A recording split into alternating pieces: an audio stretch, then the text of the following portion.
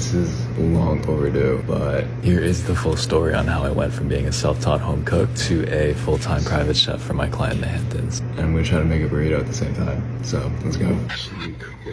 So, contrary to popular belief, I actually grew up in upstate New York, just about like an hour north of Manhattan. And like senior year of high school was when I kind of had my first experience with cooking. I call this era though the Hot Pocket era, because during this era was me like physically touching the appliances in my kitchen for like the first time. So like me microwaving Hot Pockets for dinner, or like making Eggos and toaster strudels, you know, doing the little icing. The Hot Pocket era was crazy. It just started off me learning how to like boil spaghetti and like make toast and eggs for mom. But then I got to college and I entered the chicken and rice era. This is like when I started lifting. Like the first thing that every gym bro learns how to make is chicken and rice. I remember going down this like rabbit hole on YouTube of cooking videos, specifically Gordon Ramsay. Watched like every single one of them, and more importantly, like went in the kitchen to try and make them. It like started with chicken and rice, but then steak and potatoes, salmon and pasta, so on and so forth. During this era, I just tried to learn how to make just like as many different things as possible. And so the next 2 years of college was my Snapchat era. This is when my cooking got a little crazier. I took every pic of my food on Snap because I was like trying to flex to all the shawties. Like every single pic of my food during this time, I threw on like the sepia filter, one that was like 2 swipes over. But I definitely took my cooking game to the next level during the Snapchat era. Stuff I was making was like a little more elevated, dabbled in a little more restaurant style plating. And every Thanksgiving and Christmas, I was going all out. I was making like 12 different dishes by myself for my tiny little family in our tiny little kitchen. It was crazy. Post-grad, basically the pandemic hit. I called the pandemic the food photography era. And yeah, these 2 years-ish, while I had the privilege to work from home, I was just trying to build my portfolio.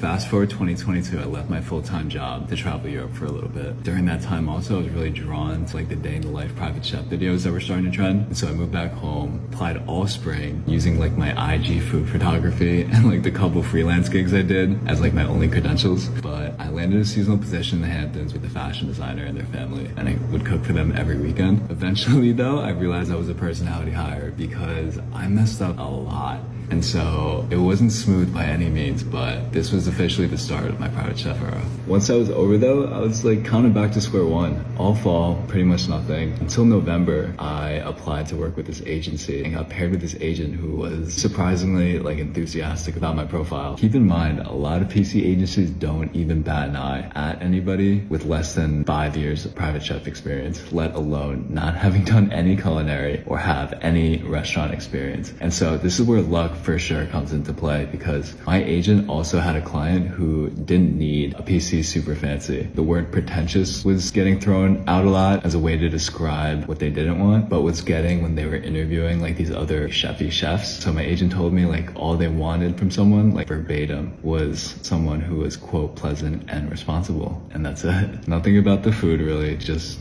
pleasant and responsible. And so I was pitched to this client. We had a Zoom call. I went down to trial, which is basically like an interview to see how your food is, but I think more importantly to see how your personalities mesh. At the end of the weekend, they sat me down and basically asked me like when I wanted to start. And so fast forward to now, definitely have had my hiccups for sure. But yeah, it's been wild.